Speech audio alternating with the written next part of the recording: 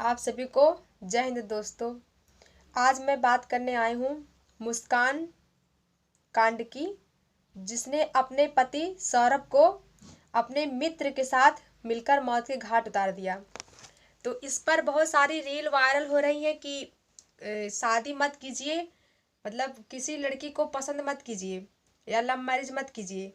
तो मैं सबसे ये कहने आई हूँ कि अगर लव मैरिज से इतना डर है तो लव ही मत कीजिए ना। जैसे कि कोई नई घटना नहीं है कि किसी लड़की ने अपने पति को मौत के घाट उतार दिया। इससे पहले भी बहुत लोगों ने अपने पति को मौत के घाट उतारा है। एक शबनम कांड था, उसमें भी उसने अपने पूरे परिवार को अपने प्रेमी के लिए मार डाला था। और ऐसे ही लड़के भी करते हैं, इसमें कोई एक नई बात नहीं है। और रही बात मुस्कान की, तो नशेड़ी थी। तो सबसे बेहतर ये है कि लव मत कीजिए। और वो कोई लव नहीं था। अगर वो लव करती तो सबसे पहले उसको प्रेम का अर्थ पता होता, वो अपने माता पिता को छोड़ के ना जाती।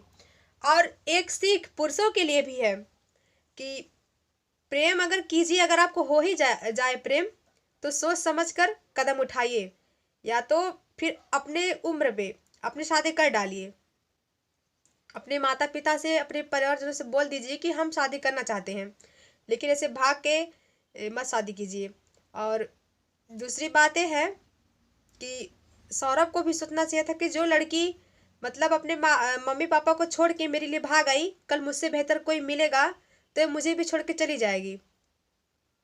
इतनी सिरफरी थी कि उसके एक बेटे भी थे, उसका भी नहीं मुंह देखी, वो कांड कर डाली। और अब जान लीजिए जैसे कि अब पुरुष और स्त्री दोनों बराबर हैं।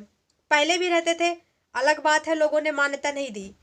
तो ऐसे पुरुषों को भी संभल कर रहना और मतलब लड़कियों को भी संभल के रहना है, दोनों को। अब उस पर रील वायरल खूब हो रही है आजकल की, कोई नीला डिब्बा लेके जा रहा है, ड्रम लेके जा रहा है, तो सब लोग देख देख के भाग रहे हैं। उसके पहले भी तो किसी ने काट कर लड़कियों को फ्रिज में बंद कर दिया था। तो फ्रिज को देखकर भी तो बनाना चाहिए था कि कोई फ्रिज लेकर जा रहा है तो किसी लड़की को मार के उसमें रखने वाला होगा। तो चलिए, एक समय की मैं कहानी है, उस पर एक कविता लिखी थी, तो उसको मैं थोड़ा सा आप सबको सुना रही हूँ।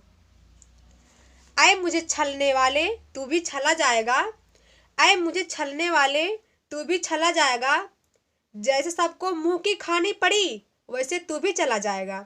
मैं अनवरत हंसती दिन और रात हूँ, बस तेरा ही दृष्टिकोण हूँ मैं। मान तो खुशी, मान तो खुशी, ना तो मैं तेरी आखिरी बारात हूँ मैं।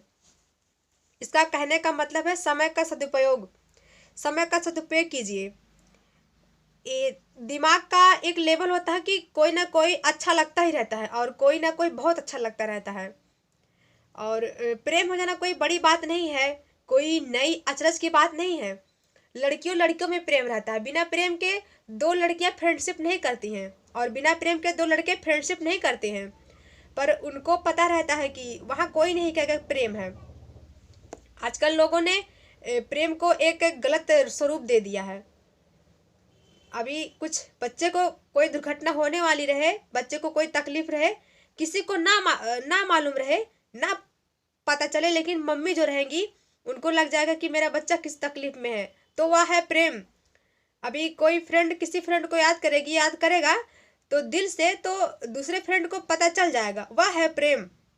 अब जो भाग के शादी कर रहे हैं, बस प्रेम ही तक सीमित है कि शादी कर लो, प्रेम खत्म। तो किसी रील से कोई दहशत में मत आइए, ये चलता रहेगा। अपना अपना संभल के रहिए, अपना अपनी अपने अपनी बुद्धि का प्रयोग कीजिए।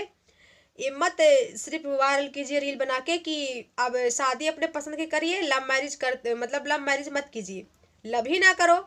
जब मैरिज करते में इतना डर है तो लव ही मत करो। क्यों मरते जाते हो मुखड़ा देख देख के?